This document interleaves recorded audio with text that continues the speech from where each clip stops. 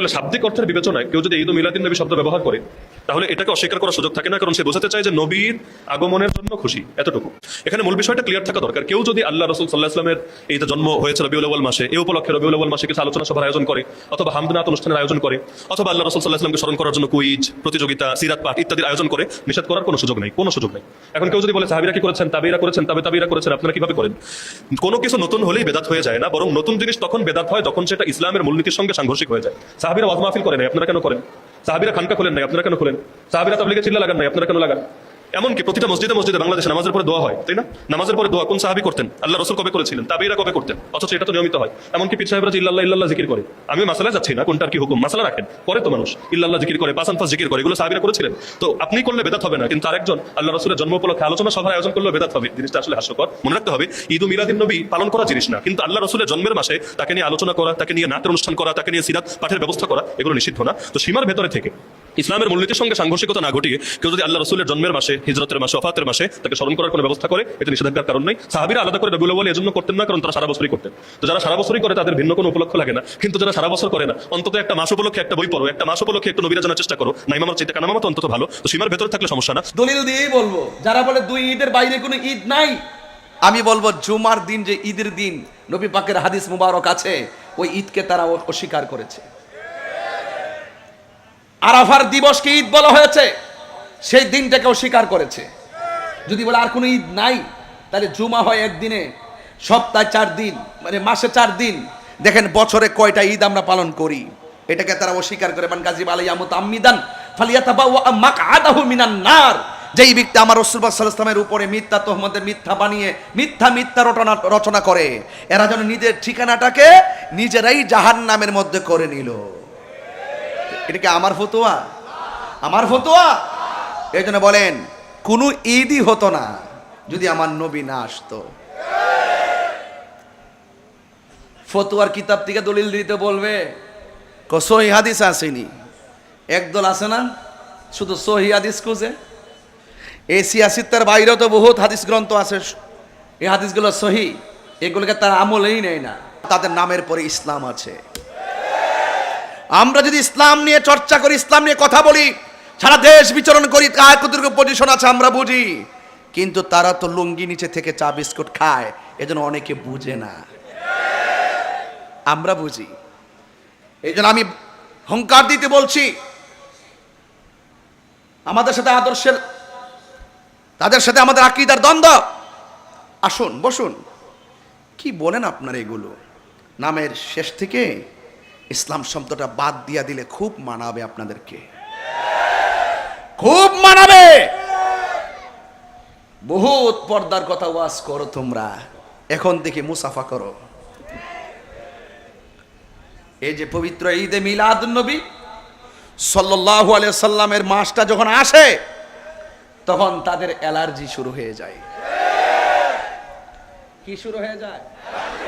Allergy. আমরা খাই বিরিয়ানি, তাদের হয় চুলকানি।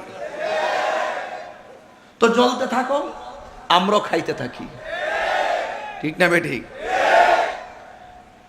তাহলে আজকের এই মাহফিল আমার যে বিষয় দিয়েছেন, এই বিষয়ে তো সবাই আলোচনা করে, এরপরে কি আলোচনার কোনো শেষ আছে? যত শুনি ততই মজা লাগে, লাগে কি লাগে না? আরে আশেকরা তো নবীর শান শুনলে খাবার ভুলে যায়, আশেকরা নবীর শান শুনতে ঘুম ভুলে গেছে, সব কাজ পিছনে ফেলে আজ মাহফিলে উপস্থিত। কাতাল ছাপারা ফুটন্ত ফুলের এই মানুষগুলাকে আমি ধন্যবাদ জানাই, যারা খুব সুন্দর করে আজকের আয়োজনটি করেছেন। বলুন, আমরা নবী পাককে পেয়ে খুশি না বেজার? এই খুশি হওয়ার সিদ্ধান্ত এটা কি দুনিয়ার কাহারও নাকি আল্লাহর? ওনারা তো আল্লাহর কথা মানে না, ওনারা দলিল চায়। এটা আবার কোন ঈদ?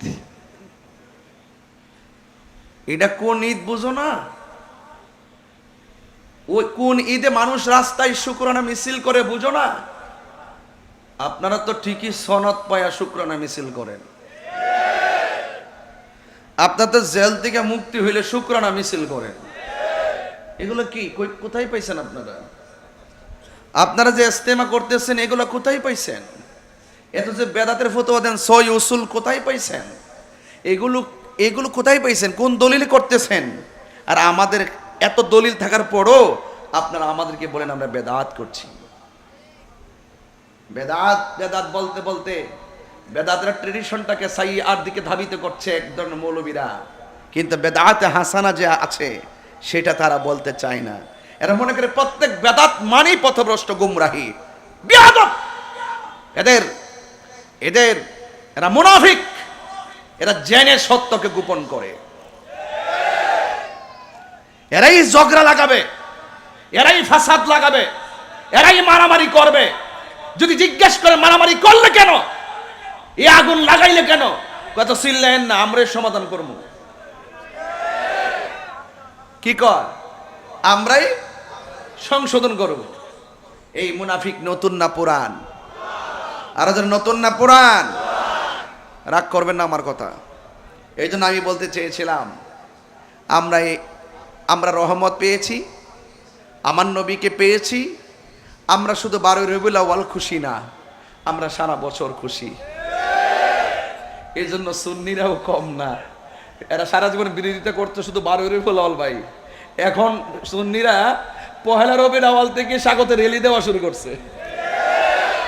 আর জশ্নে জুলুস যেতে যেতে পবিত্র ঈদে মিলাদুন্নবী এখন চলতে চলতে চলতে শুধু বাংলাদেশে না, বিশ্বের 55টা রাষ্ট্রে রাষ্ট্রীয়ভাবে পবিত্র ঈদে মিলাদুন্নবীর কর্মসূচি ঘোষণা করা হয়েছে।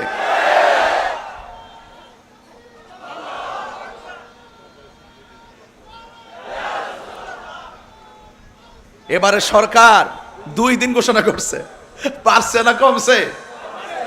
তো সরকার যেখানে পবিত্র ঈদে মিলাদুন্নবী সাল্লাল্লাহু আলাইহি সাল্লামকে রাষ্ট্রীয় ছুটি ঘোষণা করছে 2 দিন, আর এই জন্য এই পবিত্র ঈদে মিলাদুন্নবী সাল্লাল্লাহু আলাইহি সাল্লামের বিরোধিতা করা রাষ্ট্রদ্রোহিতার শামিল। যেখানে ঈদে মিলাদুন্নবী সাল্লাল্লাহু আলাইহি সাল্লাম আনন্দ র্যালি করা, আনন্দ করা, শুকরানা মিছিল করা, নবীর শান মান আজমত আলোচনা করা একটা জায়েজ কাজ, সেই জায়েজ কাজকে না জায়েজ বলে বেড়ানো, মানুষের মধ্যে অস্থিরতা ছড়ানো, এটা হলো ধর্মদ্রোহিতার শামিল। তাহলে যারা পবিত্র ঈদে মিলাদুন্নবী সাল্লাল্লাহু আলাইহি সাল্লামের বিরোধিতা করেছে এরা রাষ্ট্রদ্রোহী, এরা ধর্মদ্রোহী, এদেরকে আইনের আওতায় আনতে হবে। কথা বলেন ঠিক না বেঠে? এটা আমার পরিষ্কার কথা। নবীর আগমনে খুশি হইতে পারেন নাই, আপনি যেই দল করেন আমি জানি না, ইসলামের কোন দল করেন সেটাও আমি জানি না। আমি পরিষ্কার ভাষায় বলতে চাই, একটা পাগল তো বলবে আরে নবী দুনিয়াতে আসছে, নবীকে পেয়ে আমরা খুশি আনন্দ করব। ওরা বলে যে ঈদ কই পাইলাম। আচ্ছা ঈদ হুজুর, আচ্ছা ঈদ তো আক্ষরিকভাবে আমরা কত কিছুকে ঈদ বলি কি বলি না? বলি কি না বলেন না কেন? আমরা তো বলি। জিহাদ আমরা বলি না? জিহাদ বলি না? যে কেউ যদি ইসলামের নাম নিশানা মুছে ফেলার জন্য ও ধর্মকে বিলীন করে দেওয়ার জন্য কেউ যদি ষড়যন্ত্র করে তার বিরুদ্ধে সম্মুখ যুদ্ধে নেমে যাওয়া, এটা একটা জিহাদ। আবার জিহাদের আরেকটা অর্থ আছে, সবচেয়ে বড় জিহাদ নিজের নফসের সঙ্গে জিহাদ করা। তো শব্দ একটা পাইলেই কি আপনি একদিকে নিতে হবে?